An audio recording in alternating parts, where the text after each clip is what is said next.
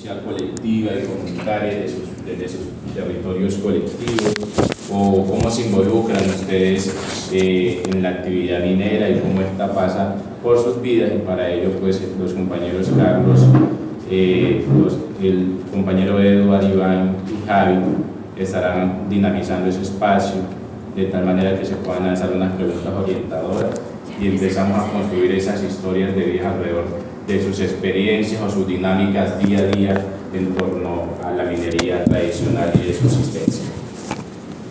Entonces, quería preguntarte, ¿de qué año es el video? Es como de 1980 y pico, ¿no? 1974. 74. Pues lo que yo sé es observar, o sea, lo que pasa en el video sucede tal cual hasta el día de hoy. ¿Sí? Bueno, eso quiere... Nos trae como ese avance, nos trae como ese recuerdo de todas las actividades que la mayoría de las comunidades rurales de los municipios mineros de las costas de Nariño pues llevan a cabo en su diario vivir. Bueno, eso quiere decir que, pues a pesar del tiempo y todos estos temas de la modernidad, ¿sí? Hace algún momento, antes de presentar el video, ustedes hablaban de minería artesanal, tradicional y de minería ancestral. Yo creo que allí hay una mala interpretación, siempre a veces es como la lucha de nosotros, en el hecho de que siempre se interpreta nuestra cosmovisión a favor de unos pocos, ¿no? En este caso de las multinacionales o de aquellas personas que se han enriquecido de la explotación minera en nuestros territorios. Hablo directamente de la minería artesanal y por eso llegamos al punto donde el compañero está manifestando de que no se ve el avance.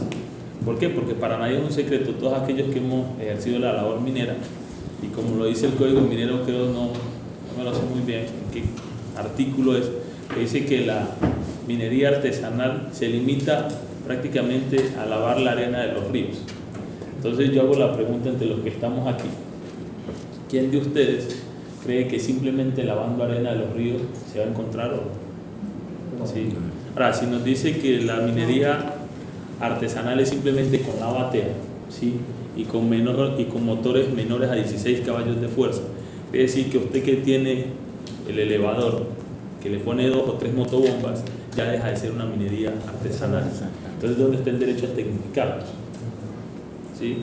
Porque pues para nadie es un secreto que hoy el oro está a muy buen precio, pero no se encuentra igual como se encontraba en el 73. ¿Sí? ¿Por qué? Porque nuestros territorios han sido víctimas del saqueo, ¿sí? Exactamente, ya se explotó el territorio. Hoy nos toca a nosotros, ya no estamos en la orilla de los ríos, sino que estamos en la montaña buscando el oro, y allí sí necesitamos motores y necesitamos tecnificarlos, porque con minería artesanal no podemos. Hay que conservarlo por un tema cultural, por un tema de usos de costumbre, ¿sí? Pero si como actividad económica no podemos hacer explotación de oro simplemente con la batea, el almocafre y la bala. Será como mi intervención. Sí, yo aportara también algo ahí. En lo que está hablando el compañero Carlos Mario es la realidad. Porque muchas de nosotros, las personas que hacemos parte o hemos hecho parte de estos escenarios, llegamos hacia allá es por la necesidad de que, como acaba de decir el compañero, tú ya ahorita no coges una batea y sales a la orilla del río y encuentras oro. Sí, hoy en día ya es imposible que una persona por una simple batea pues saque el diario y el sustento de sus hijos. Sí, es ahí donde nace la necesidad de que la gente busca otra estrategia para poder conseguir el oro más fácil. Sí. Hoy en día ya usted ni con una motobomba está haciendo oro prácticamente en la mayoría de las veredas, donde uno ya tiene que meter el elevador e incluso llegar a retroexcavadora para poder sostenerse.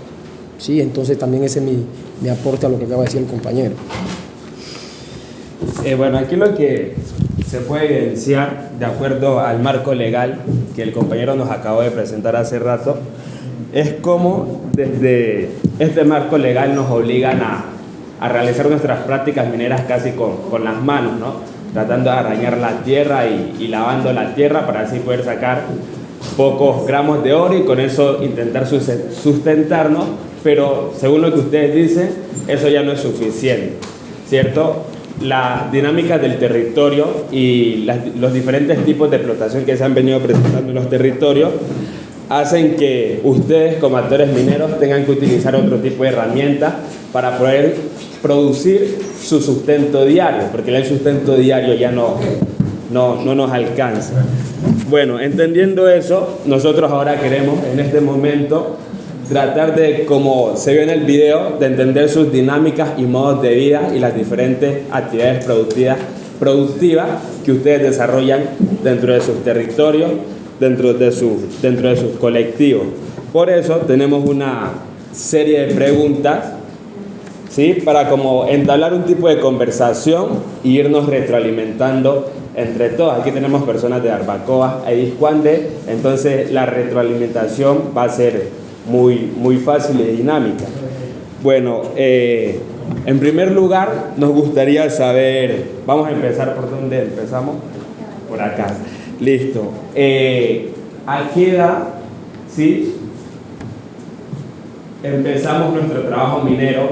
¿Quién nos enseñó o quién nos introdució dentro de este tipo de actividades mineras ancestrales y tradicionales? Y por último, hacer un tipo de comparación de cómo era el trabajo minero anteriormente y cómo ustedes notan que se dan estas actividades mineras en la actualidad. ¿Sí? Así que empezamos. Bueno.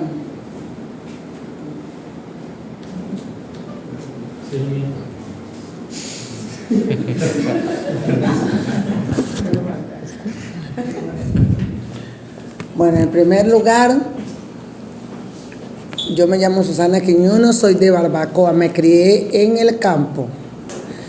A la edad de 7 años empecé a conocer qué fue minería, porque no me crié con mi mamá, me crié con una tía y era del campo, tenían ganado, bueno, pero a mí me ha gustado mucho la minería. Mi abuela era partera, me crié entre una partera y un minero.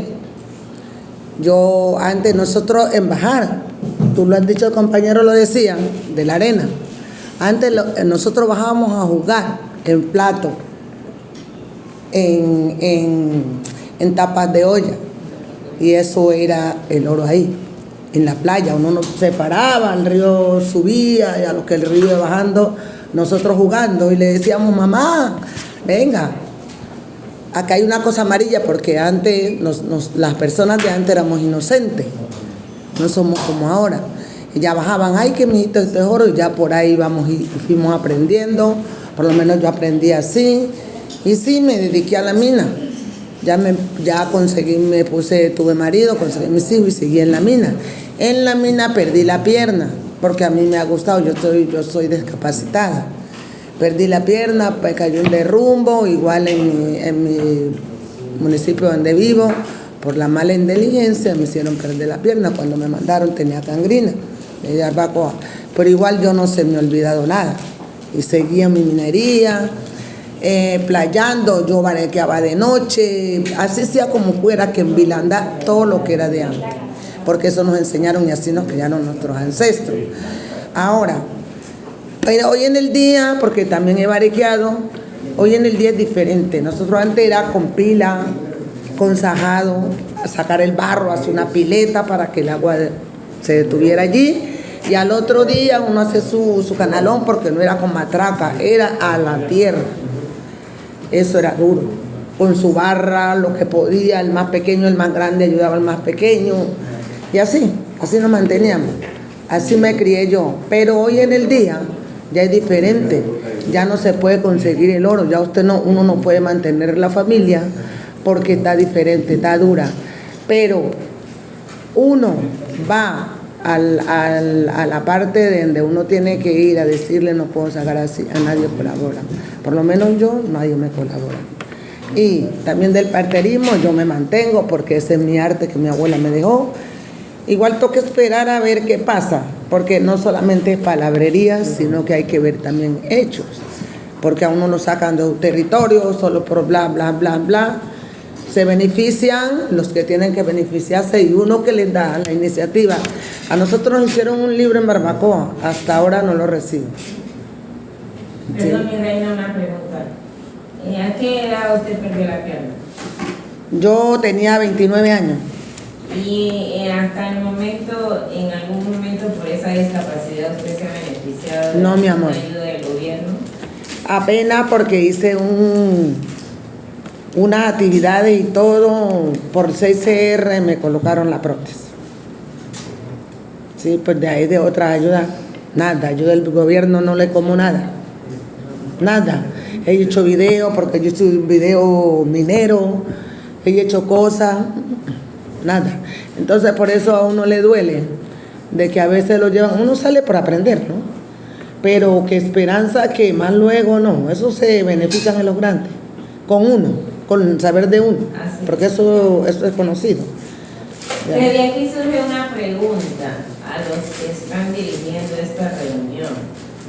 Ejemplo, si una persona adquiere el permiso para esta explotación minera y si por alguna razón tiene un accidente como el que le ocurrió a la señora Susana, entonces ¿en qué se puede beneficiar la persona del gobierno, de las entidades gubernamentales, si en un tal caso pasa algo así? O sea, pues si ya no se pudo beneficiar en el pasado, ¿cómo se puede beneficiar a alguien en el presente? Ay, hoy le contesto, mami. Del gobierno han perdido vidas mucho con las maquinarias. Han quedado discapacitados de mano, han quedado cuadriplégicos, porque eso lo he vivido, porque en mi familia ha pasado. Y nunca, uno ha tocado por nunca. ¿Sabe quién se beneficia? Que sea una antimina. Ahí se beneficia. Pero desde que sea que uno se ponga a trabajar mina, nada. Que digan, vea, este perdió la pierna por una eminente persona, ahí hace vuelta, ahí sí. Es que no hay garantía para uno como minero. Nada. Claro, de ahí surge la inquietud. ¿Sí me entiende? Como minero no hay garantía porque igual, mírenme aquí, si yo no hago mi vuelta y eso tocando puertas por aquí, por allá, estuviera sentada. Gracias a Dios me muevo porque a veces uno entre más vive, como dice un dicho, más sabe, más aprende. Me dijeron por ahí, vaya, toque puerta por el 6CR, porque por el gobierno yo esas entidades no van con el gobierno. O sea, son otras entidades. Entonces, por el gobierno yo no me beneficio nada. Y entonces digo yo, ¿dónde queda el dinero? ¿Dónde queda? ¿Y dónde queda el saber de uno? Esa es mi pregunta. Sí, pues entonces por lo menos como la pregunta mía es, ¿no? O sea, ya en este caso usted se beneficiaría de tener una información que en este momento, exactamente, que en este momento, porque se supone que si esta reunión es con el propósito de saber las inquietudes, las necesidades Y de beneficiarse uno. exactamente, de que uno pueda beneficiarse de algunas leyes o algunos propósitos, entonces ya es bien que por lo menos nos den la información donde uno diga, bueno, ahora sí ya puedo saber cómo beneficiarme en este caso. Eso es lo que pues a mí me inquieta, que pues al menos nos digan algo, que uno diga, bueno, de hoy en adelante ya tenemos unos medios, unas normas, unas leyes donde nos podemos beneficiar. Y buscar el mecanismo. Eso es lo que uno quiere. Sí, precisamente pues, estoy tocando un aspecto y es que no hay dentro de la política, no existe en la política social de seguridad, salud, de trabajo para el ejercicio de los mineros tradicionales. Es como lo mismo que ocurre con el pescador artesanal. O sea, si el pescador artesanal se enferma y todo eso, pues está por fuera, no tiene un ARL, digamos, todos esos temas son los que, cuando usted los pone aquí presente en esta mesa, pues es lo que tendríamos que estar en la recomendación de la política, digamos, estos temas, salud, seguridad en el trabajo y en caso de accidentes, cómo la política prevé la indemnización, la compensación, ¿cierto? que no lo prevé, son cosas que no están previstas, ¿sí? En este caso, pensando en situaciones en las que se han dado accidentes en el pasado, ¿qué acciones de pronto de reparación, de compensación sobre situaciones que han y por eso es muy importante también ese estudio socioeconómico que va a mostrar también la vulnerabilidad en el trabajo? Eso tenemos que recomendarlo al equipo socioeconómico que está caracterizando la actividad minera. Entonces, pues, en este momento lo que estamos haciendo es precisamente recogiendo estos grandes vacíos. O sea, una persona queda discapacitada para desarrollar su actividad, y quién le paga eso. ¿Qué pasa con la familia? Al ser ella, digamos, cabeza de la familia o hacer parte de una unidad doméstica de producción familiar. O sea, esas son las cosas que nosotros tendríamos que ir a partir recogiendo. Y por supuesto tenemos que llegar al encuentro nacional y a lo que viene con el tema de, bueno, hemos los diálogos territoriales que hicimos, sí, exactamente, eso es lo que tendría que decir a ese respecto. Sí, porque la verdad que hay muchas personas que indirectamente se ven afectadas porque no hay nada más que hacer. O sea, en la zona donde viven, tenemos el caso en Iscuandé hace como menos de un mes, una señora, ama de casa, pues es la labor que desempeñan, porque como tradicionalmente Iscuandé y Barbacoa son los municipios mineros de la costa pacífica. No hay nada más que hacer. En Iscuandé, ¿sí? En Iscuandé se divide en dos zonas, del casco urbano hacia la parte montañosa que llega hasta límites con Leiva, Rosario. Todo, o sea, más del 70% del territorio del municipio hace la actividad minera. El otro 30% minero se subdivide entre agricultura y la pesca. ¿Listo? Entonces, esa gente que vive en esa zona no le queda más nada que trabajar en la minería. ¿Sí? Tengo un ejemplo de una señora que hace menos de un mes le cayó una piedra, se le vino encima una piedra inmensa, un pie se le quedó desastillado. Entonces ahí viene la pregunta. El gobierno no genera para esa zona, no genera oportunidades laborales. La señora se ve afectada. Ahora, ¿con qué le ayudan? La familia también no tiene los recursos necesarios, ¿sí? Entonces, ya que ustedes están en este trabajo, yo diría que mancomunadamente con todos los representantes, entonces es construir y sacar los interrogantes más importantes y anexarlo a ese trabajo que ustedes están haciendo para que lo planteen allá cuando vayan y se reúnan en la mesa técnica y digan, bueno, tenemos que subsidiar a esas personas que indirectamente se ven afectados por algún inconveniente que tengan laboralmente. Y en esa parte también debería, en el permiso que se les está dando a estas empresas como tales o a estos mineros con maquinaria, que pues es lo que está generando, o sea, más como desconsuelo en la comunidad, que en esos permisos también hubiera como algún aporte para que en un momento dado haya un accidente como tal y esas personas se vean como remuneradas en ese caso.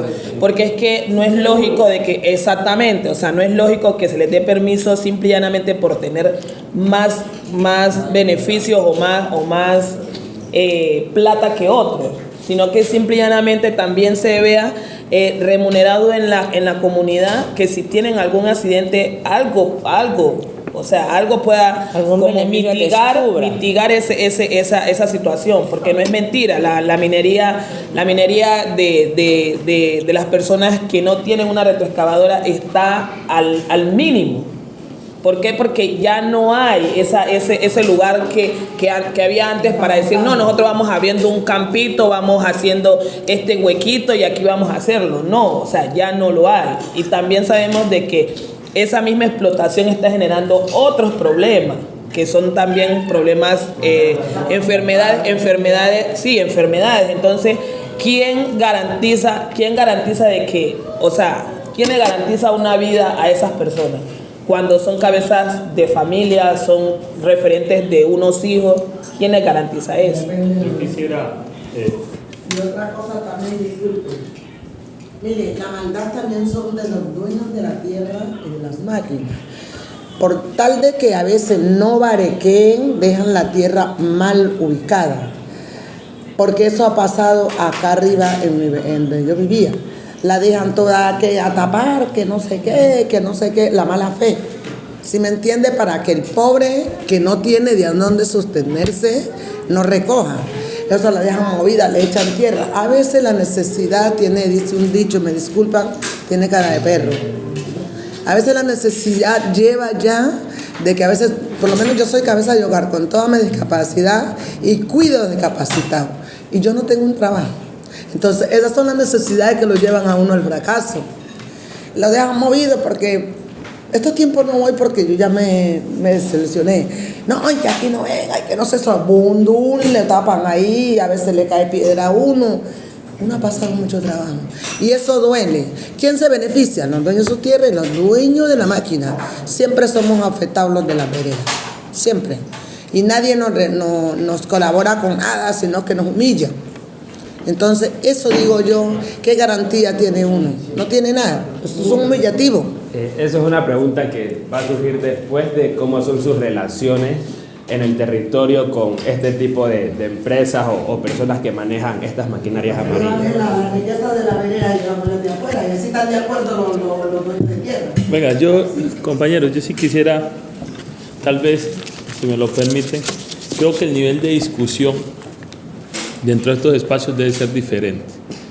Y el primero es que nosotros tenemos una ley que es la ley 70, dentro de su capítulo 5, si no estoy mal, donde se habla de que somos nosotros, las comunidades que ancestralmente hemos venido ocupando esos territorios, quienes debemos explotar, ¿sí?, manteniendo el equilibrio entre el territorio y las comunidades, ¿sí?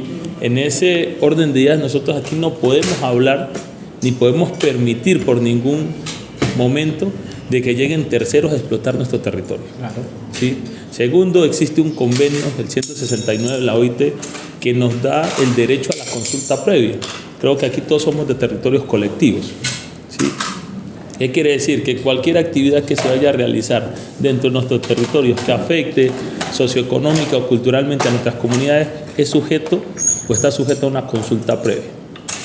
Por ende, yo creo que nosotros debemos partir la discusión primero en decir es que aquí no se le puede dar permisos a otras personas que no sean personas propias de la comunidad.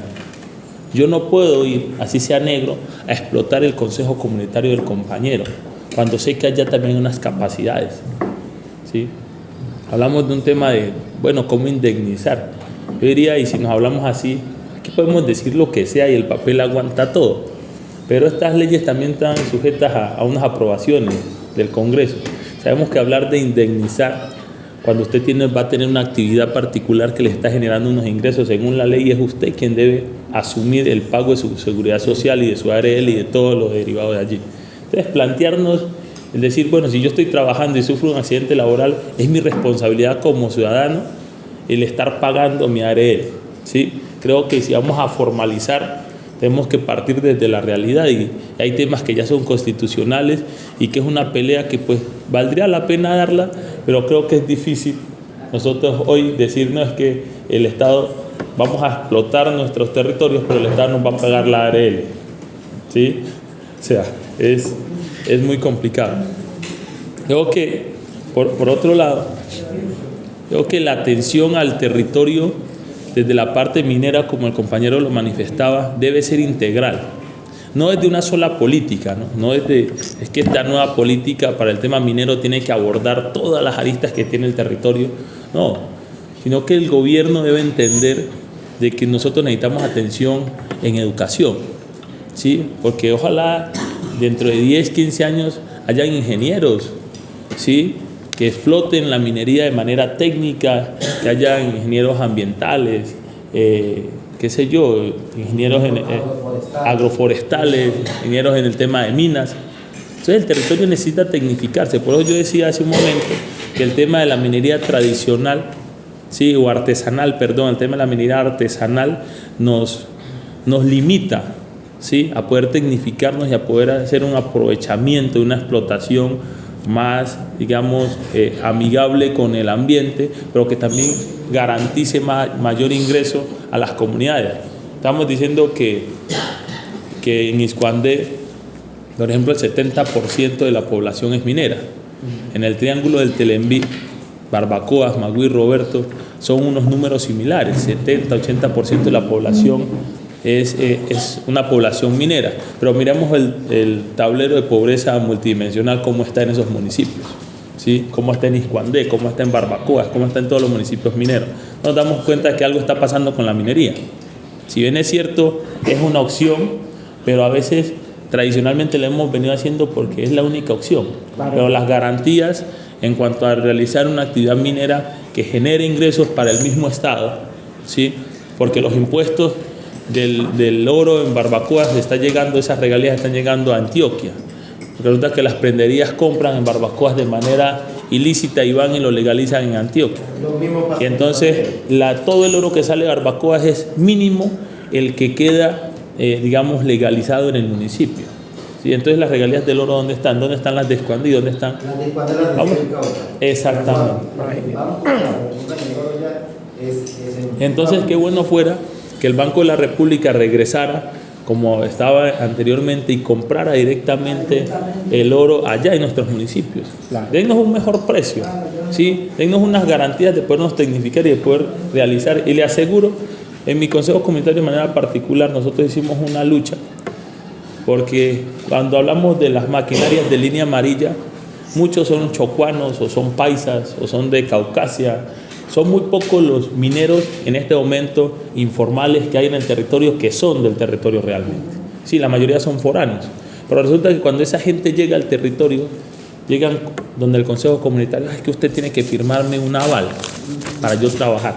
Cuando el Consejo Comunitario empieza a negociar, resulta que acá está un grupo que recibe la vacuna, acá está el otro grupo que recibe la otra vacuna, más allá está el tercero que vende el combustible, el que fía la comida, porque allí hay todo una red, ¿sí?, que se alimenta de esa explotación. Usted ve, se saquea el territorio y lo que estaba diciendo acá la compañera, cuando usted va el campesino, el minero tradicional que va a buscar así sea el barequeo, resulta que no le dan derecho ni siquiera a barequear. O sea, le toca sentarse y ver cómo desfila, ¿sí?, el metal desde el territorio, y nosotros quedamos con la pobreza, con los focos de proliferación del zancudo. Y por eso en el caso de Barbacoas en el 2021, si no estoy mal, 2020 hubo una epidemia donde hubieron casi 2.800 casos en menos de un año, cuando en Barbacoas los casos de malaria eran entre 200 a 300 en el año. Pasamos en un año a tener 2.000 y pico. ¿Por qué? Porque cesaron las actividades mineras y todos los pozos que nos quedaron empezaron a producir zancudo, que es para lo único que sirve. ¿Sí? Entonces eso es algo que hay que dejarlo muy claro, y creo que el nivel de la discusión, vuelvo a decir, en cuanto a la política es eso, mirar más de manera, digamos, más a fondo cómo esa política va a incidir en nuestras comunidades, y tiene que incidir de manera positiva, ¿no? Sí, bueno, se adelantaron a unas ciertas preguntas con el tema económico de compra y venta de los materiales ya sea de oro o materiales de construcción como la arena y las piedras, ¿cierto? Ahora, atendiendo a una parte histórica del territorio, ¿sí?, también nos gustaría conocer cómo empezaron, ¿sí? Bueno, no cómo empezaron, porque todos entendemos a través del video que vimos cómo se desarrollaban estas prácticas tradicionales y ancestrales, pero cómo a partir de eso, de los hallazgos de ventas de oro, se empezaron a dinamizar los territorios. Por ejemplo, la entrada de cierto grupo de personas, como le decía usted, ajeno al territorio, y que empezaron a invadir estos territorios colectivos y empezaron a realizar sus prácticas mineras con otros tipos de herramientas. ¿Sí? Entonces nos gustaría conocer ese aspecto histórico. cómo fue esa entrada, si pueden identificar ciertos lugares donde ellos entraron y también cómo se hicieron o cómo tuvieron los permisos para ese tipo de prácticas mineras. Bueno, yo diría, bueno, en Iscuandé particularmente, conozco, antes de pertenecer al consejo, fui hace 2 periodos anteriores inspector del municipio, inspector municipal. Y la verdad que la entrada de otro personal a nuestro territorio se da directamente el manejo con la alcaldía. Ellos son los que dan sus permisos y a lo último, cuando el consejo se da cuenta, ya todo está legalizado. ¿Vale? Uno va allí prácticamente como de relleno. ¿Sí? En Iscuandé más o menos hace unos 20 años, Diana, yo diría, hace unos 20 años comenzaron a llegar personas de otros lugares y tradicionalmente pues la gente siempre ha trabajado en su minería ancestral o tradicional, ¿sí? En su barequeo, pero o sea, la actividad se da en el municipio desde la época de la colonia, ¿sí? Recordemos que junto con Barbacoa siempre han sido los 2 municipios mineros de Nariño de la costa pacífica. Lo que tengo entendido es que, según me contaban, antes traían el oro desde Barbacoa, lo llevaban a Iscuandé, llegaban los barcos desde España y chao. Desde ahí comienza todo el desastre para nosotros, ¿vale? No nos veíamos beneficiados nuestros ancestros en nada, que simplemente eran utilizados para explotar el mineral en la zona. Y desde ahí pues ha venido lo mismo, hasta ahora que han llegado otras personas foráneas, sobre todo de la parte del Bajo antioqueño, el Bajo Cauca antioqueño. ¿Sabes lo que más se ha?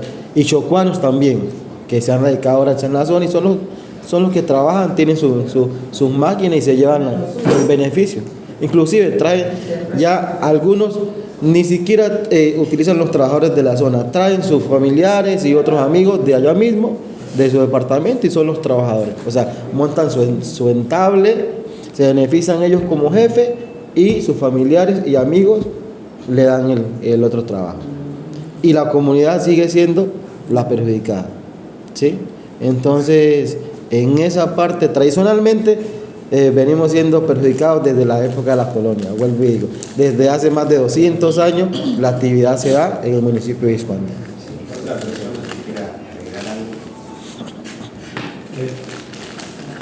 Nosotros hace algún tiempo hicimos un ejercicio como de una línea de tiempo referente a las dinámicas que habían sucedido en el territorio.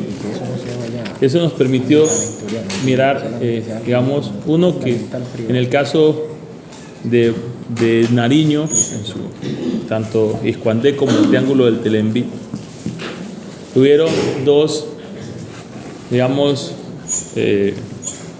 momentos mineros importantes, ¿no? Dos movimientos. El primero que fue entre el 70, 80, más o menos, con las primeras máquinas, pues las dragas y demás.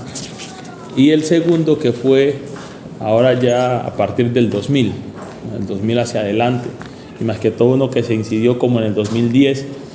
Y allí hay una cosa muy importante, ¿no? Y lo que yo estaba hablando sobre la atención integral al territorio. Siempre ha habido un vacío institucional, ¿sí?, dentro de nuestros territorios.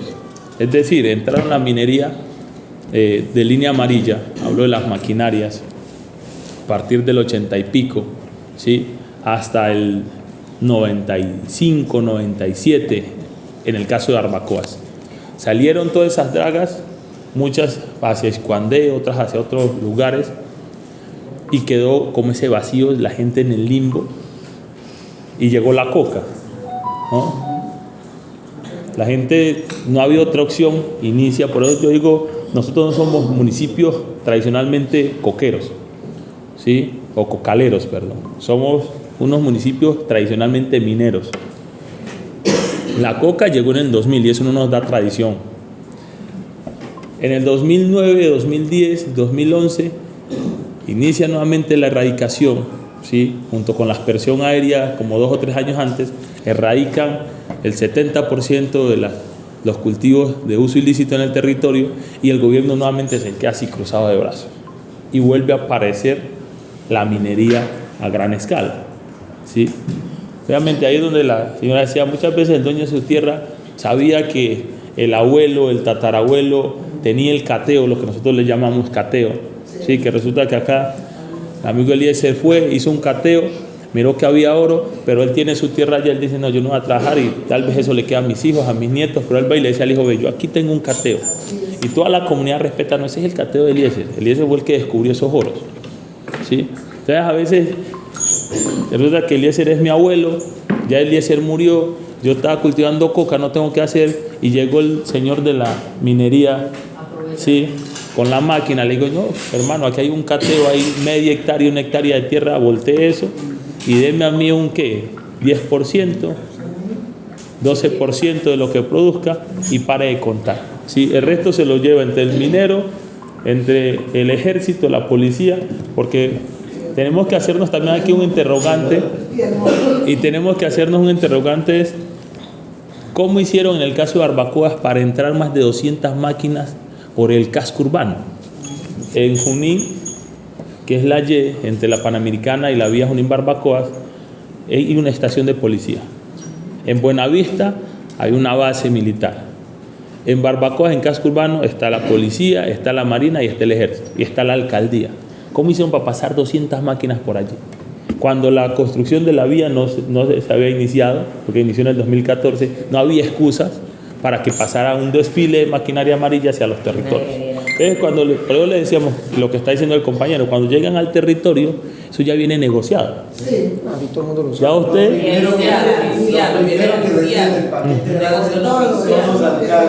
Y la fuerza pública.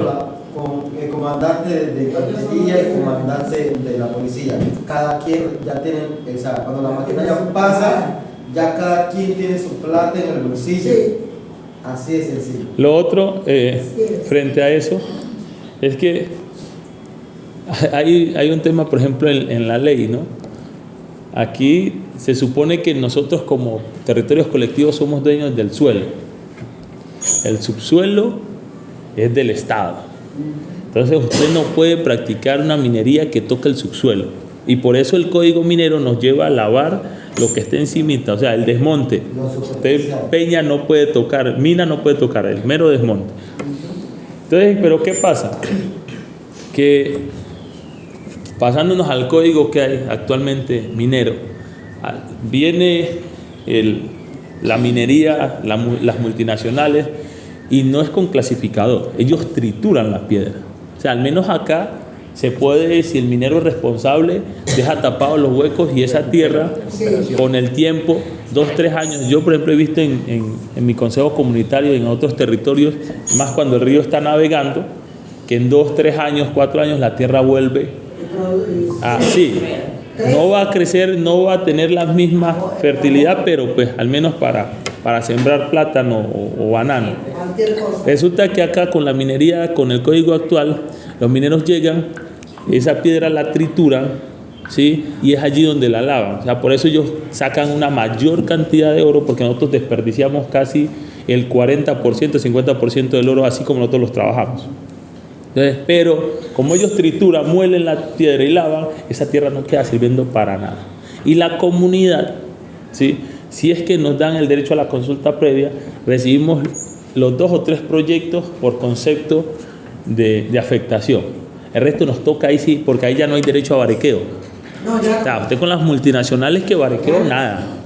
Que el 2% para la comunidad, nada. Que el 3% para el consejo, nada.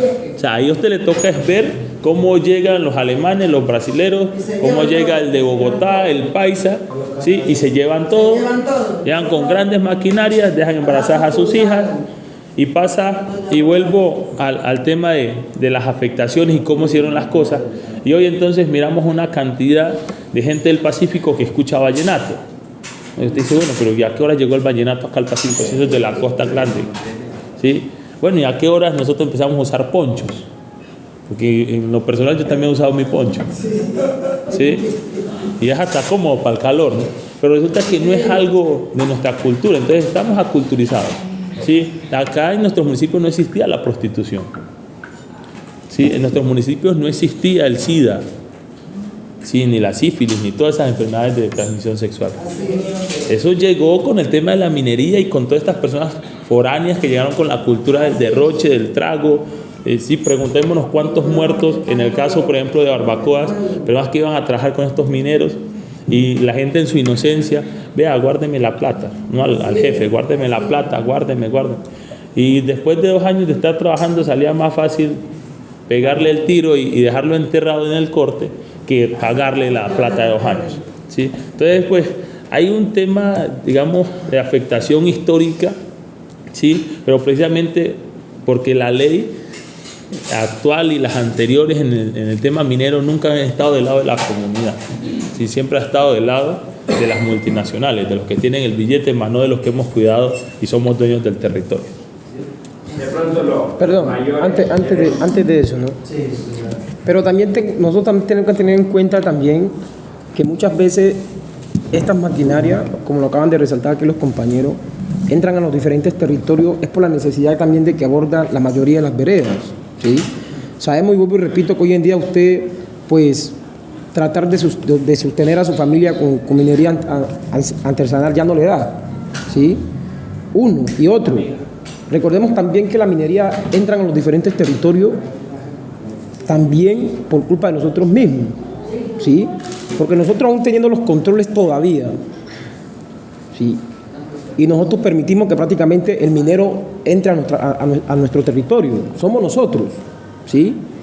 Entonces, aquí no solamente la culpabilidad viene siendo, hablándolo así, por culpa del Estado, ¿sí? Sino que también ha sido una irresponsabilidad también de nosotros, que por el afán de pronto de conseguir el dinero de la forma más rápida y más fácil, pues prácticamente nos conformamos con la migaja que deja la minería, ¿sí? Y más tarde, cuando ya de pronto la minería pues dejan de elaborar en nuestro territorio, ahí ya vienen las consecuencias, que más de uno de nosotros las conocemos, ¿sí? Que las enfermedades, ¿sí? Que la pérdida de pronto de muchos árboles que hoy en día pues usted tiene un colino, ¿sí? Y por el simple hecho de que de pronto la tierra sea de Eliezer, pero sucede y acontece que el colino es de mi persona. Eliezer llega, no, Carlos, aquí te voy a pagar, simplemente te voy a pagar el tema de tus matas y trabajemos ese pedazo de tierra, ¿sí? Entonces, vuelvo y le repito, aquí también entra el afán de muchos de nosotros porque de conseguir tampoco las cosas más rápidas y más fácil, ¿sí? Ahora, el tema del ingreso de la retroexcavadora a nuestro territorio, y es lo que yo vengo diciendo, aquí es algo que nosotros no sabemos con quién estamos tratando, ¿sí? Primero, porque nosotros aquí dejamos hecho unas condiciones, pero a nosotros ¿de qué nos sirven esas condiciones si sabemos que el mandatario, ¿sí? Lo que mandan, por decirlo así, ya tienen hecho su convenio? Así es. ¿Y cuál es nosotros, por ejemplo, le podemos decir al minero, vea, a nuestro territorio no ingrese, pero sabemos que detrás de esa retroexcavadora que llega a nuestro territorio viene Pepito Pérez y viene el segundo Pepito Pérez. Ahora, los ¿sí? grupos. Imagínense. Uno ¿sí? como población. No, usted no puede trabajar aquí porque nosotros somos del consejo tal. Ahí después llega el apretón para una. Y a rato, y lo que está diciendo, a rato, pues muchas veces, porque yo lo cuento por lo que yo aproximadamente tengo 6 meses que hago, 4 meses, que fui elegido como presidente del consejo comunitario. Y nosotros tratamos de tratar de recuperar ciertos ámbitos de nuestro territorio, el tema de las dragas. Hoy en día se utilizan los dragones, la retroexcavadora. Hombre, que sean gente de nuestro territorio que exploten esa minería, ¿sí? Pero el gran problema es que cuando nosotros le cerramos la puerta al extraño, nos llaman y nos dicen, vea, si ustedes no hacen que Tabolar no entre a su territorio, mañana ustedes de pronto ya nadie lo ve. No amanece. ¿Sí? Entonces aquí, créame que es una lucha que de pronto uno en estos escenarios lo que hace es agachar la cabeza. Así es. ¿Sí? En todo el sentido de la palabra, agachar la cabeza.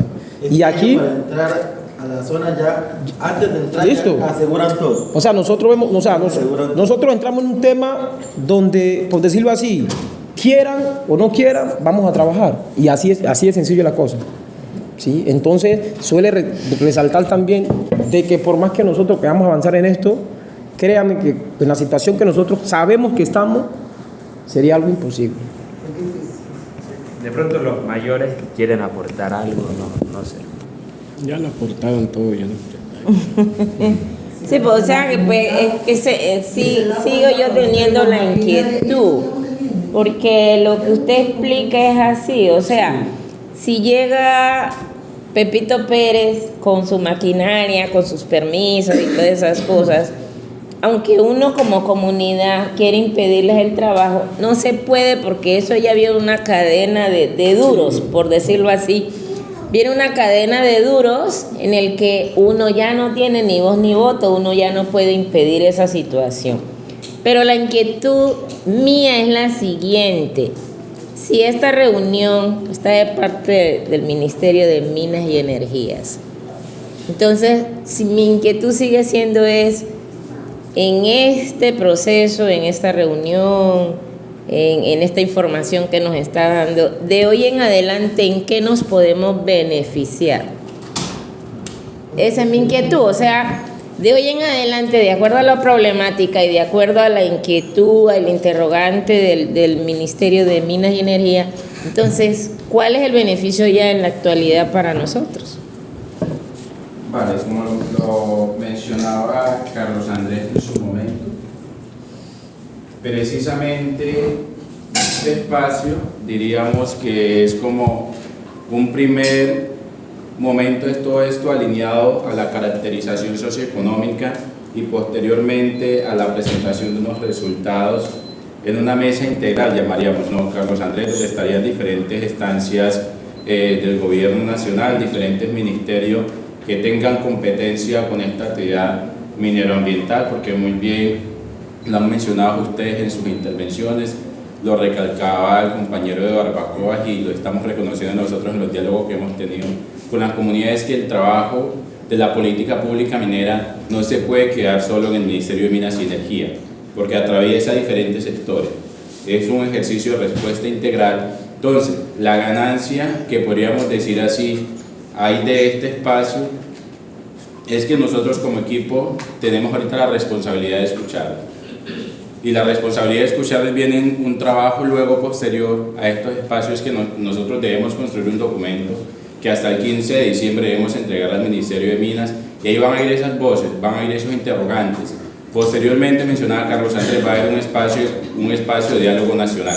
Seguramente participarán algunos de ustedes en representación de sus territorios, les van a presentar estos resultados y seguramente se ampliarán unas discusiones más que seguirán contribuyendo a otras discusiones que finalmente le va a permitir al Estado, en este caso al Ministerio de Minas y Energía, decir, bueno, estas son las condiciones que se deben tener en cuenta para la actualización de esa política pública minera, de tal manera que esta población, que se consideran como pequeña población de la actividad minera, que está en el último eslabón de toda esta producción minera, tenga unas garantías mínimas del Estado para poder hacer que la minería tradicional y de subsistencia se sostenga en los territorios, entendiendo también la necesidad de ese reconocimiento de autonomía territorial de explotación propia de los territorios que confiere la Constitución desde el artículo transitorio 55, que da paso a la ley 70. Hay unas autonomías, hay unos derechos ya ganados. Entonces, finalmente es de cómo conectamos esas realidades territoriales que les están afectando con esos derechos ganados que ya existen, y hay una necesidad de refundamentación o de actualización de la política pública minera que finalmente no sea solo en beneficio, como ha venido pasando, de las multinacionales, porque lastimosamente los territorios, en este caso de Nariño en su gran mayoría, están entregados a multinacionales, y ahora se viene una discusión más que seguramente ustedes que conocen a fondo los temas territoriales colectivos, es qué pasa con la actividad minera en estos territorios del Pacífico nariñense cuando por tema de ley segunda somos reserva natural. Y las reservas naturales no pueden explotarse por afectaciones ambientales o esas cosas. Hay que mirar pues también cómo se conectan todas estas cosas, la legislación étnica, la legislación minera, para que finalmente haya un gana-gana que permita, porque finalmente este es el ejercicio y es la responsabilidad que el Instituto Colombiano de Antropología ha asumido en dar unas recomendaciones claras al Estado, en este caso al Ministerio de Minas y Energía, reconociendo las voces de ustedes como comunidades para que en realidad esa política pública en la actualización tenga el reconocimiento de las bases y no tenga solo unas voces desde el sector empresarial. Esa nuestra gran tarea en este espacio. Consideramos que esa sería como la gran oportunidad de estos diálogos, porque muchas veces, y les entiendo, se entienden estos espacios como una pérdida de tiempo. Yo vengo a decir y no ganamos nada, pero finalmente pues como equipo y el instituto, por su misionalidad, esa responsabilidad con los territorios en todo el tema de historia y antropología de la nación colombiana, pues tenemos ahora ese deber de contar esas voces para que esas recomendaciones que desde el ICANN se establezcan puedan ser atendidas en el Ministerio de Minas y Energía y se puedan pues avanzar en esa actualización de la política pública nacional. Sí, lo que dices es verdad, ¿no? Pero aquí lo que estamos identificando es que uno de los culpables de que muchos de nuestros territorios pues está haciendo uso de pocas palabras, el mal uso de nuestro terreno, se preocupa también el Estado, ¿sí? Porque si el Estado una vez no reconoce la minería artesanal, es ahí donde la mayoría de nosotros, las personas que hacemos uso de ese trabajo, lo hemos obligado, ¿sí?, a buscar otras estrategias, ¿sí?, otros recursos para poder sostener a nuestra familia, para poder sobrevivir, ¿sí? Pero si de pronto el Estado se hubiese preocupado desde el principio, haber hecho como un reconocimiento a las personas que hacen uso, que hacemos uso de esos tipos de minería, nosotros no estaríamos en este escenario, ¿sí? No estaríamos en este escenario en fin de pocas palabras de hacer desaparecer nuestro territorio, porque aquí la palabra ya no es trabajar la minería, ¿sí? Porque yo he sido testigo que hay pueblos, veredas, que por el afán de sacar el material han hecho destruir su comunidad por completo, ¿sí? Entonces aquí la culpa no es también de las personas que entran a los territorios con minería pesada. Es porque, por ejemplo, yo te voy a hacer un ejemplo. Si yo veo que aquí uno de los compañeros tiene una dificultad, ¿sí?, un problema que no puede solucionar, y yo sé que yo tengo la capacidad de solucionar ese problema, yo me aprovecho de la situación, ¿sí? Y por eso es que la minería pesadas llegan a estos territorios, porque ven el abandono, ¿sí?, por parte del Estado. No, nosotros entramos allá y la comunidad, como está prácticamente necesitada, no va a tener ningún impedimento que nosotros trabajemos como tenemos esos territorios, ¿sí? Entonces eso es lo que pasa, ¿sí? Perdón, otra inquietud. O sea, ese video tiene 49 años de existencia. Entonces, si en la actualidad, como ya se ha dicho, hay situaciones parecidas al video, a lo que presentaron al video, pues también creo que sería bueno también modernizarlo un poco, ¿cierto? Porque puede uno decir, bueno, hace 49 años sucedía eso, pero puede quedar la duda de que en este momento no está pasando eso.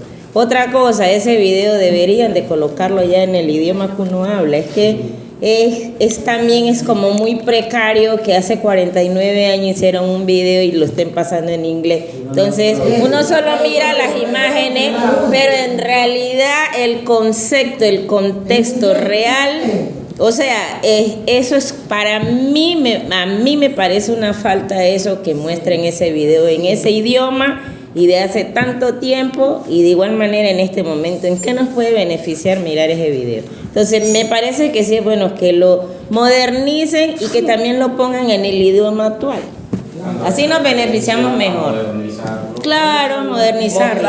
Mostrar la actualidad. Mostrar la actualidad, hacer otro video en la actualidad como comparación y también colocar exactamente. Claro, porque en este momento puede estar pasando lo mismo. Y hasta... O puede ser hasta peor.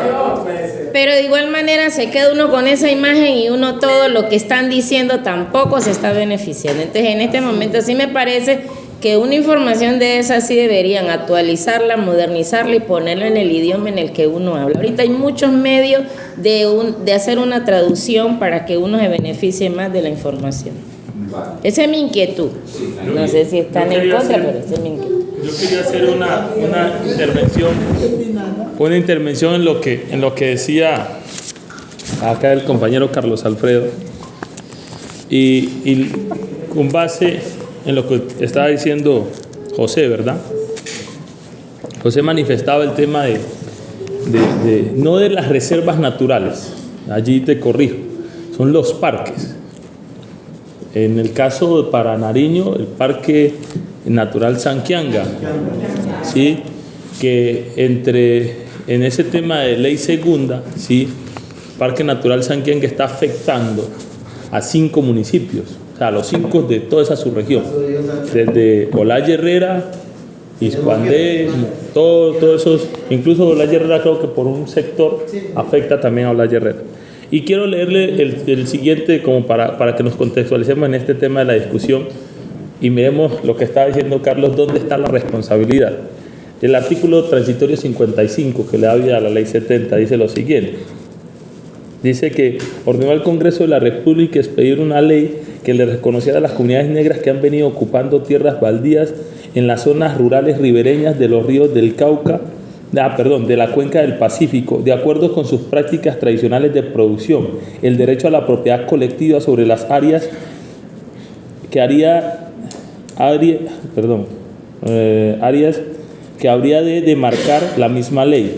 En esta normativa deberían establecerse mecanismos para la protección de la identidad cultural y los derechos de estas comunidades y para el fomento de su desarrollo económico y social, denominándose además que lo dispuesto en ello es aplicable en otras especialidades del territorio nacional que presenten condiciones similares a las zonas ribereñas de los ríos de la cuenca del Pacífico, mediante los mismos procedimientos conforme a los estudios previos y conceptos favorables de la comisión prevista en el referido artículo.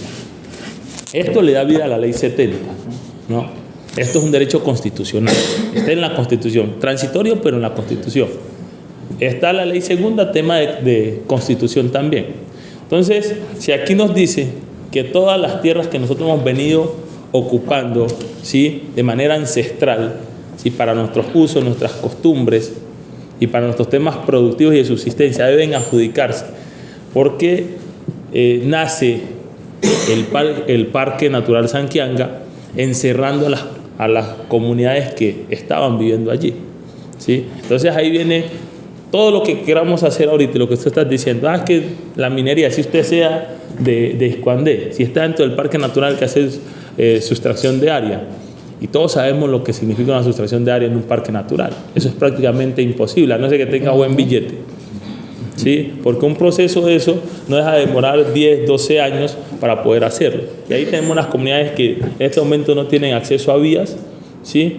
Unas comunidades que tienen un sinnúmero de afectaciones y que pues hasta el momento, si buscamos cuál es el culpable aquí, es un solo y es el Estado o es el gobierno, que son los quienes al final terminan haciendo las leyes, favoreciendo a unos y perjudicando a otros, y se vuelve en un círculo vicioso. Cambian los gobiernos como cambien, y lo decía acá la compañera, uno dice, y lo decía acá también, uno viene, habla, expone, da miles, y un razón es tanto que, como le digo, uno ya se sabe los argumentos hasta de memoria, ¿sí? Bastaría con dar estos argumentos, pero aquí hay un tema que es de voluntades. Puede salir una nueva normatividad para el tema minero, sí, con un nuevo enfoque incluso, pero le aseguro que no va a recoger, o al menos uno ya tiene perdida esas esperanzas de que recoja 100% los intereses de la comunidad. Sí, bueno, uno de los temas que nos llevan a este tipo de conflictos mineros, sí, es el tema de la conceptualización de las leyes. Entendemos que son conceptos centralizados que no entienden las realidades ni las formas que se dan estos tipos de prácticas mineras en el territorio, ¿cierto? Por eso para nosotros es importante tratar de separar estos conceptos y entender las distintas prácticas que se dan en cada concepto. Por ejemplo, nos gustaría saber cuáles son las prácticas ancestrales y ustedes qué entienden por prácticas ancestrales y los tipos de herramientas que utilizan en estas prácticas ancestrales o artesanales, ¿sí? Para nosotros así poder entender y contextualizar y dar un concepto más acercado a las realidades de su territorio y ustedes cómo trabajan sus actividades mineras. Sí, respecto de la ley 70 hay que mirar que hay un artículo que es el el artículo 6 de la ley, que establece un límite a la territorialidad colectiva. Y entonces dice que se podrá titular áreas de baldíos con excepción de parques naturales, reservas forestales, áreas de expansión urbana. Recientemente Alicante llegó una solicitud de la Corte Constitucional con una demanda de ese artículo 6. Ese artículo 6 pues limita el proceso de adquisición de tierras. Entonces, digamos, desde la misma ley 70 hay unos límites grandes que hay.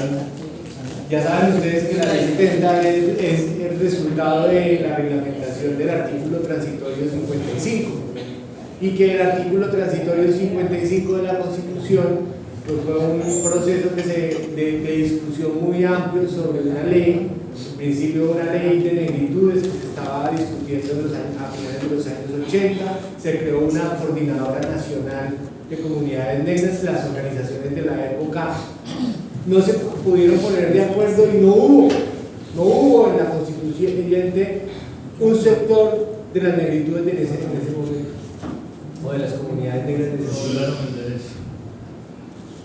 Entonces, como no hubo en la Asamblea Nacional Constituyente, pues hay que partir de ese gran elemento que la Constitución del 91 reconoció.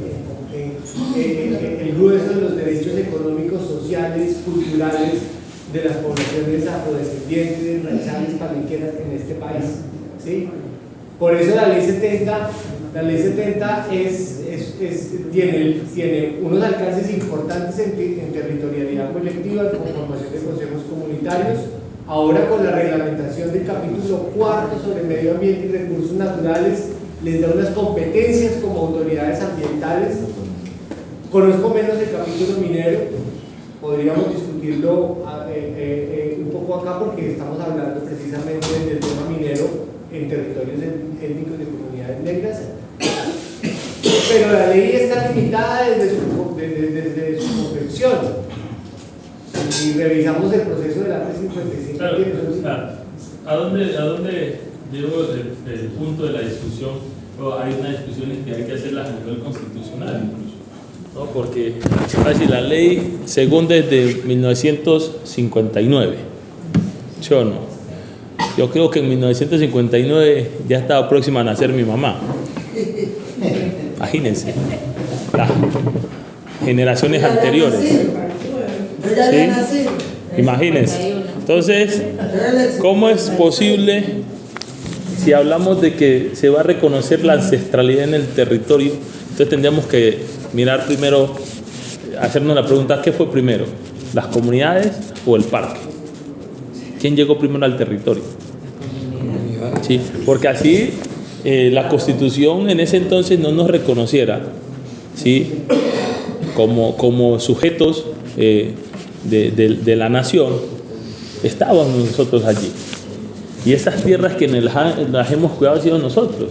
¿O crees que el sistema de parques, habría que preguntarse, si el sistema que tiene el Parque Natural Sanquianga permite la protección? Nosotros hace poco estuvimos en una mesa debatiendo la afectación que hay en barbacoas, que hay en Roberto Payán con el tema de derrame de hidrocarburos que está llegando al Parque Natural de Sanquianga. Quienes están protegiendo el territorio somos nosotros, las comunidades. Pero resulta que cuando nos queremos beneficiar de ellas, ahí ya salen los dueños, ¿sí? Como que eso es mucho para ustedes, vengan, dividamos aquí. Entonces, por eso digo, tal vez no es una discusión como para tenerla en esta mesa porque no tendría el objeto, pero sí es bueno dejarlo al menos por allí en algún lugar en el documento, exactamente, porque es una lucha difícil y que le hemos venido peleando, pero hay que darla, ¿sí? Y si hay que buscar la discusión de manera constitucional hay que hacerla porque créanme que la ley segunda, al menos en el caso del Sanquianga, afecta a toda la subregión. Son 5 municipios, son muchas comunidades. Por ejemplo, la parte que esté dentro del parque no puede pensar en este momento en tener una vía, ¿sí? ¿Por qué? Porque el sistema no se lo permite, la ley segunda no se lo permite. Y lo acabamos de decir, había que hacer sustracción de área. Intente hacer una sustracción de área en un parque a ver cómo le va. En el Charco hay una comunidad que se llama Bazán, que queda frente al mar. Playa Bazán. Y no le permitieron pagar las líneas de la interconexión. Son ese sentido. Entonces están viendo afectados casi 800 personas que viven en esa comunidad porque Parques Nacionales no les permite hacer ese trámite. Y muchas comunidades más también de la Tola que, o sea, tienen que seguir viviendo de esas plantas que cada 3 días se dañan, que duran 20 días malas y en el mes nada más dan un día, 3-4 horas. ¿Sí? Y se siguen afectando a los comunidades. ¿Sí? No le permiten por la protección que tiene el mar. ¿Sí? Que los habitantes se beneficien y a la final los están perjudicando antes ahora. ¿Sí? De que puedan llegar otros beneficios que el Estado, aunque poquito, pero está haciendo presencia. En este caso pues sería la interconexión, ¿no? Perdón, ¿usted sabe por qué dio la ley segunda? No. ¿Por qué se creó la ley segunda? Ajá. La ley de reservas forestales. Sí, sí. Sí, pues o sea, primero que el litoral pacífico no entró en las dinámicas de privatización de la propiedad como otras regiones del país. Entonces buena parte entró en un sistema de legislación que eran antiguos distritos mineros, lo que se llamaban antes los reales de minas, ¿sí? Que en esta región comienzan con la provincia de Barbacoas cuando se funda en el 1600. Cuando acaban los reales de minas, digamos, hay un repliegue, digamos, esos entables mineros quedan abandonados, viene digamos lo que los historiadores llaman la colonización agrícola fluvial de comunidades mazamorreras, agromineras, ¿sí? Y eso se da un poco al margen de lo que estaba pasando con el tema de la propiedad de la tierra en el resto del país. Más o menos en el año 36, cuando hay en los gobiernos liberales que se da un ordenamiento de la tierra, repartición de la tierra, la revolución liberal en marcha, el gobierno de López particularmente, de Alfonso López Pumarejo, pues ahí surge por ejemplo la legislación de baldíos. Entonces la ley 200 de 1936 es la que va a decir, hay unos baldíos de la nación, o sea, como unas reservas del Estado, de la nación, y esas reservas serán precisamente la orientación que va a tener los baldíos. Cuando se crea la ley de baldíos, yo creo que es una de las leyes más racistas que pueda haber, porque cuando se crea la ley de baldíos es que toda la gente que ha ocupado el andén pacífico está viviendo en un baldío. Y después se crea la ley segunda del 59, que es una reserva forestal. Entonces, el proceso étnico-territorial, la lucha por la conquista de territorios colectivos se da en un marco legal que está desconociendo, está borrando la presencia de las comunidades afrodescendientes en todo este territorio, porque los territorios son baldíos por ley 200 de 1936 y por ley segunda de 1959, que está reservando, por eso dice reserva, es una reserva. Y ojo, en ese momento pues el campo del ambientalismo no estaba como ahora, entonces eran reservas que se estaban desenglobando para títulos mineros, para permisos madereros. Cuando surge por ejemplo el acuerdo de Bulcado en 1986-87 en el medio Atlántico, pues los campesinos de allá están pidiendo una titulación de 745.000 hectáreas, ¿sí? Esa titulación, ese pedido al Estado de 745.000 hectáreas es, por lo menos de lo que yo conozco en la zona norte, en el Pacífico Norte de Chocó, pues ese es el puntal de la titulación colectiva. Entonces cuando uno ve estas leyes hacen parte del andinocentrismo del país, de la espalda hacia los litorales y hacia lo que, digamos, ocurrió en el siglo XIX cuando el antiguo régimen o la colonia desaparece y entonces estos territorios quedan, digamos, colonizados por quienes lo trabajaron durante mucho tiempo, pero hay prácticamente una borradura de eso. La legislación de baldíos y de reservas está en la base, digamos, de los problemas. Son legislaciones, a mi modo de ver, racistas, porque no, o sea, ya de entrada desconocen la titularidad. Entonces ahí se va a encontrar que muchas de esas familias de ustedes decían, no, yo soy poseedor y he hecho mejoras al baldío, y todo eso se mencionó en el proceso reglamentario del AT 55, ¿sí? De la colectivización de la tierra. Entonces hay gente que ya tenía unos derechos de posesión que no tenían otros y todo ese tipo de cosas, pero en Colombia existen todas estas figuras, ¿no? Uno es propietario de una tierra, uno es arrendatario, uno es ocupante, uno es poseedor, ¿sí? Y las comunidades afros no tenían categoría de propietarios. La ley 70 les da, digamos, pero es una propiedad colectiva también, ¿no? El Pacífico no tenía una institución de propiedad individual, familiar, sino que todo estaba en esa legislación. Yo quisiera ir manifestando, nosotros llevamos 30 años, 30 años de ley 70, ¿no? Ya lo cumplimos en agosto, el 27 de agosto. Y lo que tú decías sobre el capítulo 5, y me remito directamente a él, ¿no? Artículo 26. Dice: el Ministerio de Minas y Energía, de oficio o petición de las comunidades negras de que trata esta ley, podrá señalar y delimitar en las áreas adjudicadas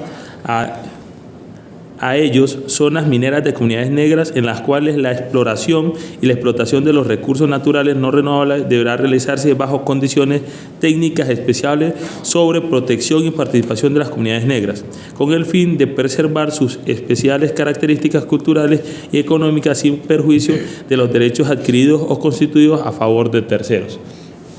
O sea, allí nos dice de que nos van a dar el derecho, ¿sí?, a explorar y explotar unos territorios que incluso nosotros, dentro de nuestro plan de manejo ambiental, ¿sí?, que tampoco nos han dado los instrumentos para poderlo construir, debemos delimitar también esas zonas de interés minero, ¿no?, y presentar, hasta donde tengo entendido, la solicitud para que sea declarada como una zona de interés minero para la comunidad.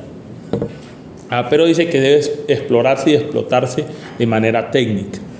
Vuelve acá al código, ¿sí? Técnica. Este es un punto importante que tenemos, que es el conocimiento técnico cuando los... Para allá voy. Exacto. Pero vamos al código minero, ¿sí?, y nos dice que es que nosotros podemos explotar y explorar, ¿sí?, de manera artesanal. Entonces, si yo me voy a lo artesanal, no voy a cumplir los parámetros técnicos que tiene el ministerio, ¿tú lo sabes? ¿Sí? Entonces, pues allí hay como esa fuerza entre una ley y otra, y que por donde nosotros nos vamos nos dejan fuera del juego. Y esa ha sido la gran problemática. Incluso estamos en el marco de comunidades que tienen el ejercicio de su autonomía, y hay que decir, bueno, o sea, dentro de, pongámoslo en estos términos, dentro de lo que dice el mundo blanco mestizo de Occidente, el concepto de lo técnico tiene que ver con unas cosas. Para nosotros lo técnico es otra cosa.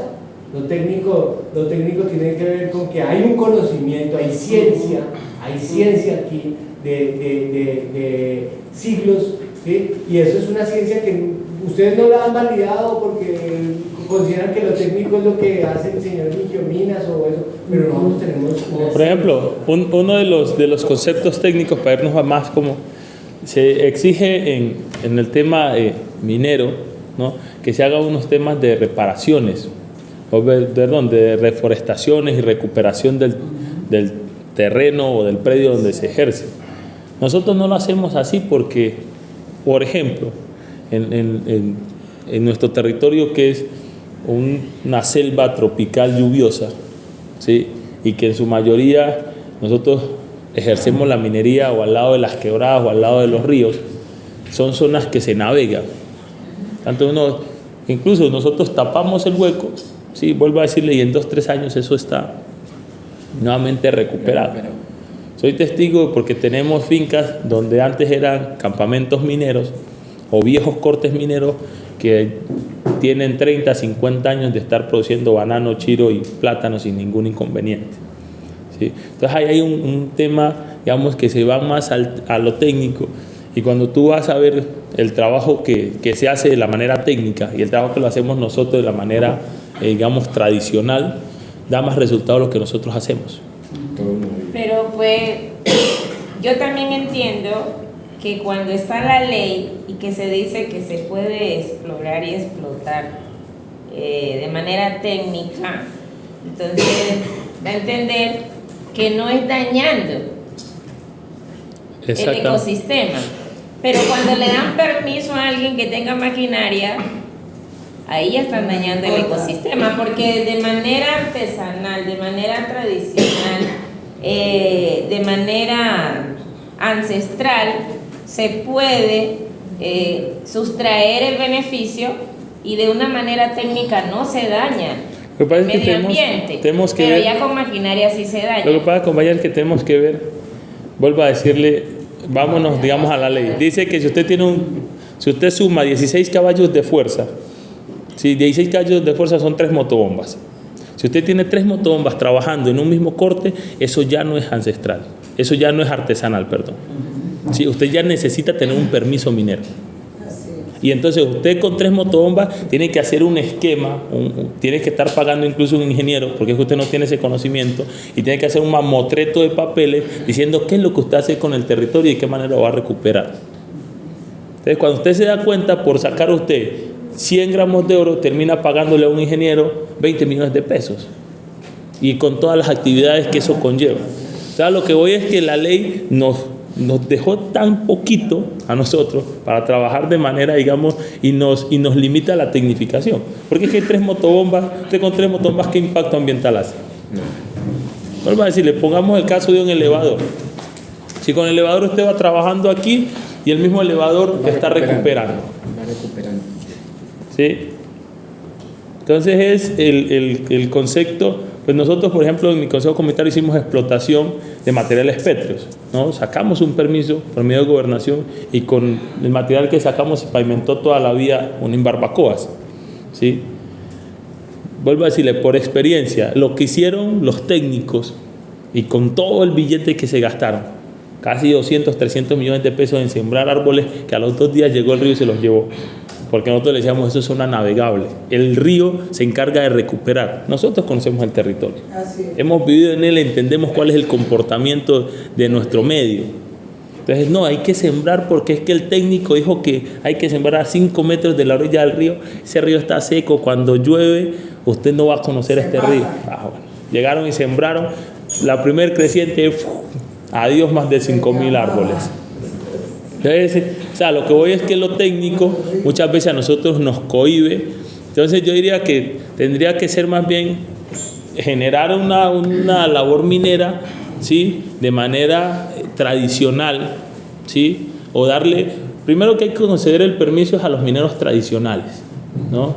A aquellas personas, como lo dice la compañera o como lo dice ella, o todos los que estamos aquí creo que coincidimos que se ha venido trabajando, el abuelo trabajó minería, el papá, y se ha venido conservando. Ahí hay una tradición minera, hay una ancestralidad minera.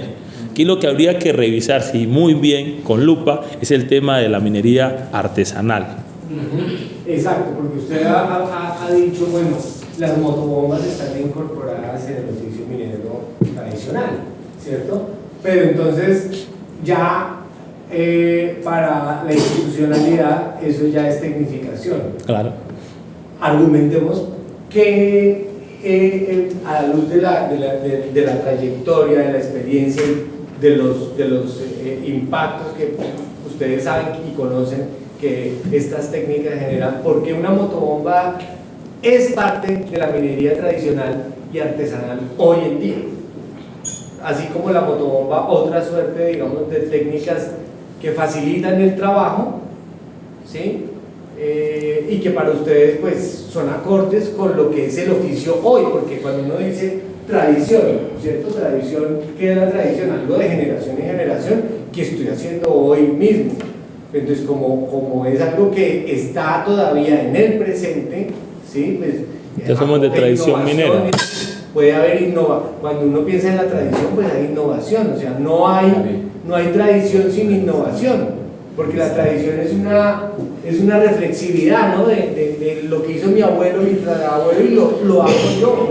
Y como ellos lo hicieron, pues fue una época, pero yo he inventado cosas nuevas, yo he modernizado unas.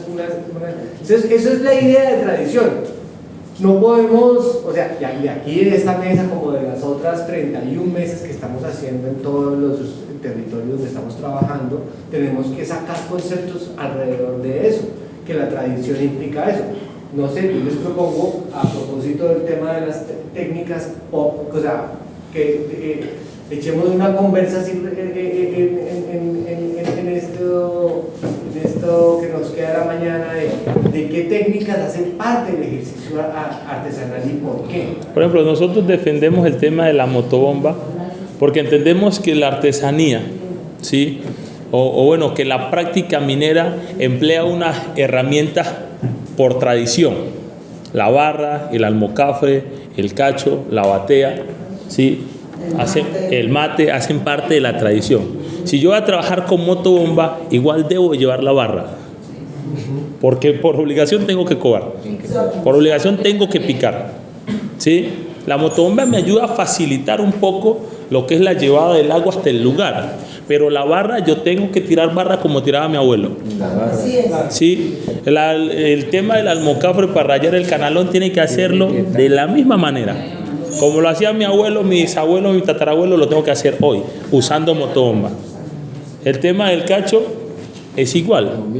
Tengo que recoger la batea, lo único que ya no voy a playar todo, sino que voy a entrar digamos, exactamente, a playar lo que es la cabeza, que nosotros le llamamos a playar el canalón, no a playar toda la...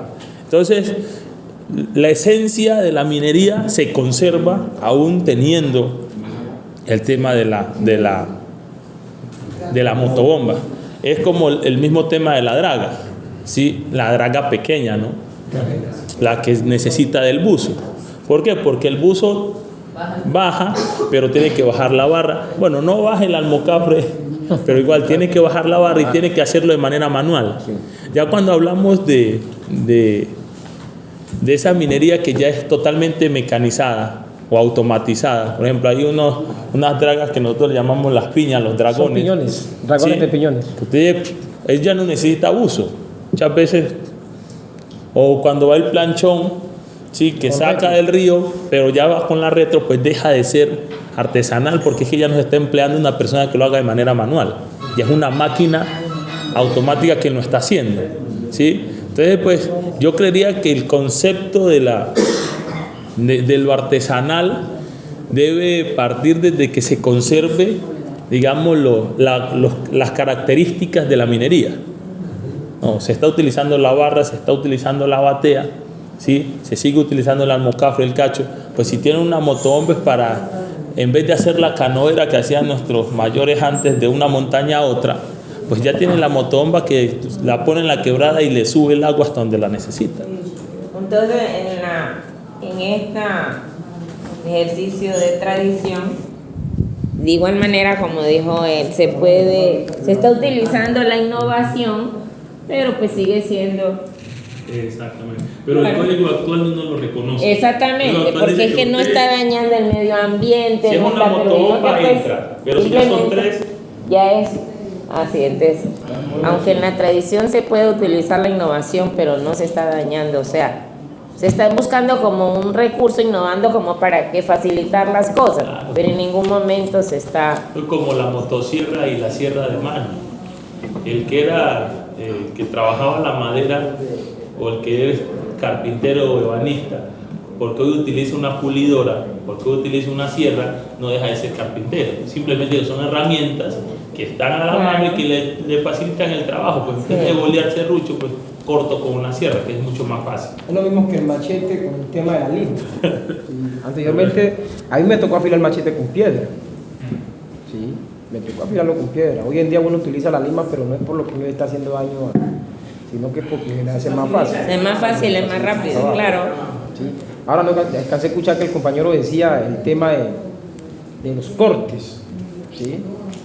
Los famosos canalones. Anteriormente, pues como ya lo dijo el compañero, pues eran unos canalones largos que tocaba tambarlo, como se dice en el territorio, desde la punta hasta donde terminaba. Hoy en día lo que se utiliza son las famosas trancas, ¿sí? Uno hace un canalón, ¿sí? Siempre, o sea, uno lo hace en este término, una arriba y otra abajo. Tú tambas ahí arriba, si tú miras que de pronto en allá arriba pues te va bien, entonces tú tambas la segunda, pero ya la de abajo ya la dejamos como las famosas rabijas, que se le conoce a esas famosas trancas que uno de pronto pues lo que hace es curar más o menos unos 20, 30 días, tú ya bajas la rabija y ya sacas lo que ha venido almacenando durante todo el periodo del trabajo, ¿sí? Entonces eso. Bueno, no sé si alguien más quiera hacer alguna intervención respecto de las técnicas, las innovaciones. Por ejemplo, la compañera dijo que ella, su trabajo es eso, ¿cierto? Ahora, en el tema, perdón, Pienso que usted también tiene algo que aportar. en el tema de la innovación, también recordemos que anteriormente no se utilizaba las barras. Anteriormente nosotros utilizábamos las famosas macanas, porque yo hice parte, con mi abuela también pues trabajé bastante, desde los años que cuando tenía 7, 6 años, empecé a trabajar. A mí me mandaban a destapar la pila.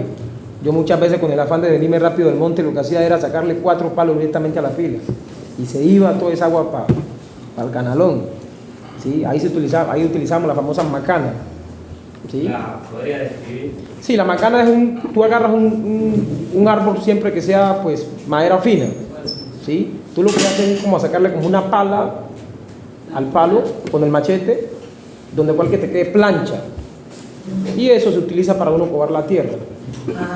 A eso se le llamaba macana. Tiene que ser madera fina. Sí. Y una de las herramientas que no podía faltar, yo creo que en ningún corte por parte de nuestro territorio, era la famosa yesca. Eso es lo principal para el mosco. La yesca era el elemento básico. Ahí todavía se utiliza. Lo primero, nadie bajaba de su casa si no llevaba la yesca en la mano.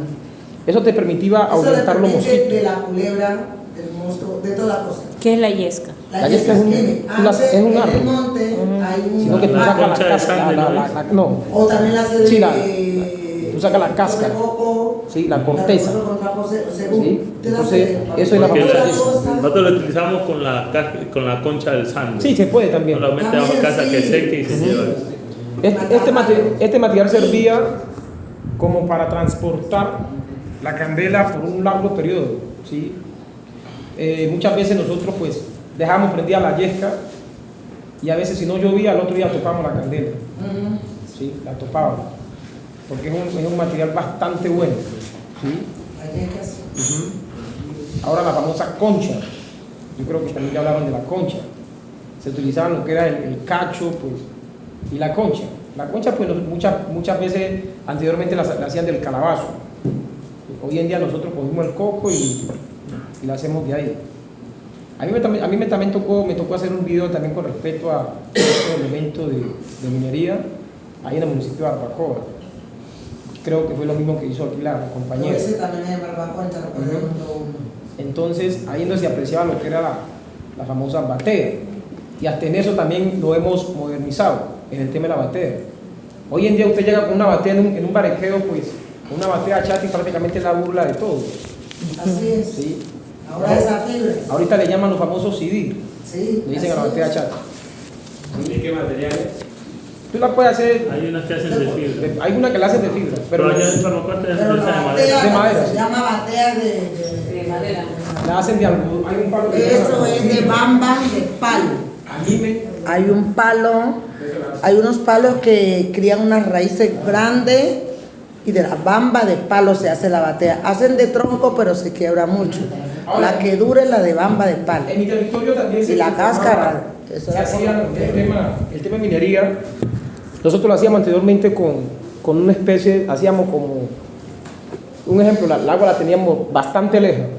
Nosotros buscábamos el white, ¿sí? Que es como una palma, Llamaban puesto. ¿sí? Donde nosotros hacíamos rajar por la mitad, íbamos haciendo una serie como de conductos para que el agua pues, la podríamos traer, un ejemplo de, podían ser 40, bueno, de la distancia que fuera, ¿sí? A través de cualquier. Hoy en día la modernización es la manguera, ¿sí? Hoy en día usted ya trae la manguera. Yo tengo una pregunta. Ajá.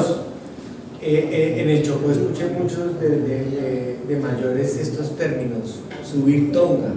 Sí, las tongas son las famosas cuando tú, por ejemplo, estás en la quebrada, ¿sí? Pero tú mira que de pronto el agua la tiene muy emposada, ¿sí? Nosotros no hablamos de eso, la emposada, que cuando tú estás en el tema de jondeando, porque jondear es la forma cuando tú te metes al agua, tú metes la batea y haces como una especie como de draga, pero la draga viene siendo, de pronto la recocha viene siendo tú mismo. Tú metes la batea y lo que hace es recoger hasta donde más te alcance, lo que hace es tambar a recoger la tierra que está dentro. Pero cuando tú ya de pronto, cuando tú ya ves que el agua ya no te alcanza, tú buscas una parte donde el agua esté arriba y la brecha esté abajo.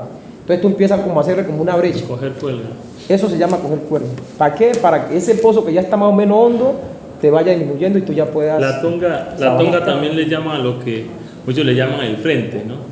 Eso es tonga. Como echar tonga, aquí de este pedazo voy a echar esta tonga para acá. Eso llama tonga. Exactamente. Porque la tonga no es otra cosa. Solo es, voy a echar esta tonga, bajé esta tonga, voy a echar esta otra. Es la zona de para la descarga de las piedras. Eso llama tonga. ¿Verdad que sí? En el tema minero, como nosotros lo practicamos, uno inicia, digamos, aquí en este, y tú antes de trabajar, cuando tú ya tienes la experiencia, sabes para dónde vas a hacer el descargue del material, de la piedra. El que no sabe cómo coger la tonga, termina tapado, ¿no? Sí, abajo, no sé para dónde va. Sí, terminas encerrado, lleno de piedra por todos lados, que después a uno le toca incluso volver a descargar el cascajero que uno le llama. No sé si allá en Juan le llaman igual, ¿sí? Y volver uno, ya la piedra que botó, coger y botarla más allá para abrirse espacio. Exactamente. Otro trabajo. La tonga es la zona de descarga. Sí, otro trabajo también que se llama. Yo termino allí. Y subir la tonga muchas veces es que nosotros, digamos, hacemos el paredón. Exacto. Uno descarga. Entonces, cuando ya la piedra está como peligrosa que se venga hacia el corte, uno llega y hace un paredón para subir la tonga. Entonces, ya uno se sube acá, muchas veces cuando es el canalón, y entonces el de abajo recoge la piedra y la va subiendo. Exacto, con el fondo. Y se hace como que digamos, uno aquí, el otro allá. Una cadena. Así como en el video. Y se sube la... Otro trabajo que también es utilizado, no sé si de pronto la mayoría de su territorio también lo hacen, los famosos arrimaderos. ¿Sí? El arrimadero es, tú haces una brecha, supongamos que esto sea una loma, ¿no? Tú acá haces como una tonga.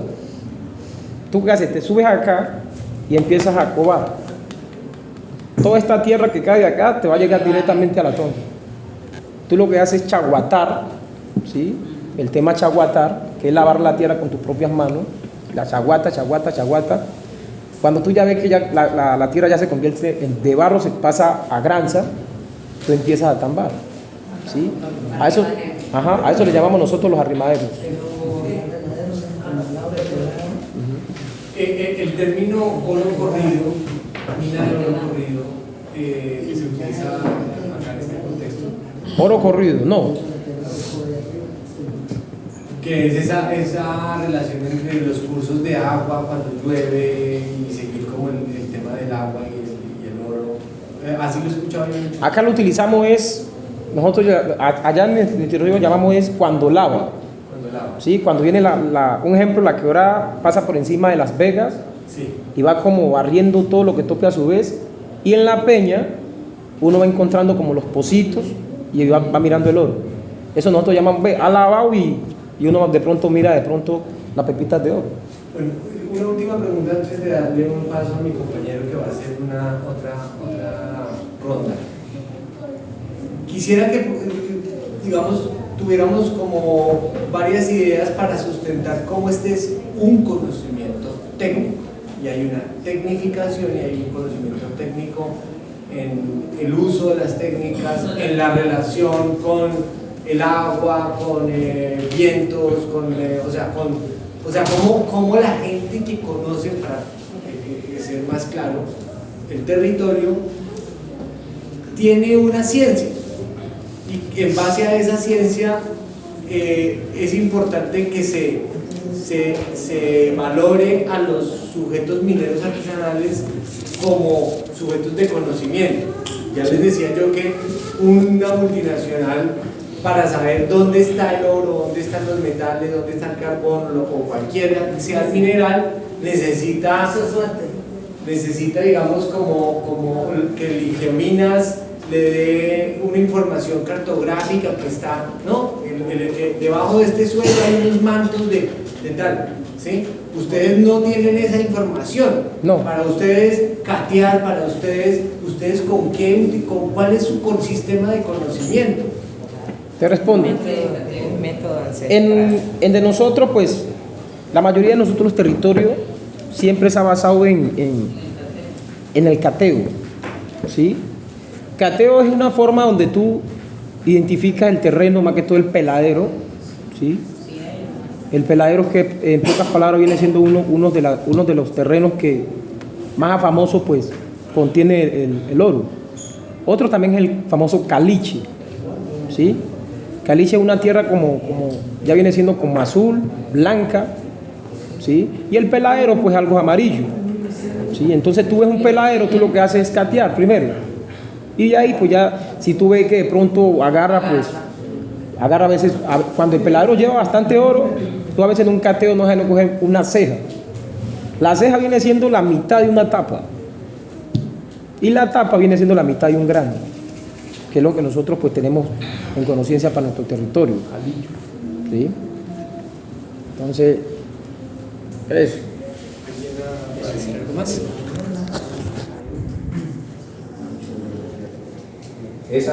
Son mecanismos de exploración que ustedes utilizan, lo que es catear. Sí. A eso se le puede llamar lo que es como